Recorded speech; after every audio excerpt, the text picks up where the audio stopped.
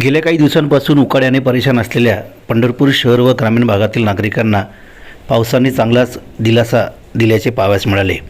रविवारी सायंकाळी 5च्या सुमारास पंढरपूर शहर व ग्रामीण भागातील काही भागात पावसाने दमदार हजेरी लावली। वादळी वाऱ्यासह आलेल्या पावसामुळे ग्रामीण भागात नुकसान झाले, परंतु या पावसामुळे शहरवासियांना थोडासा दिलासा मिळाल्याचे पाहावयास मिळत आहे, कारण शहराचे तापमान मोठ्या प्रमाणात वाढले होते।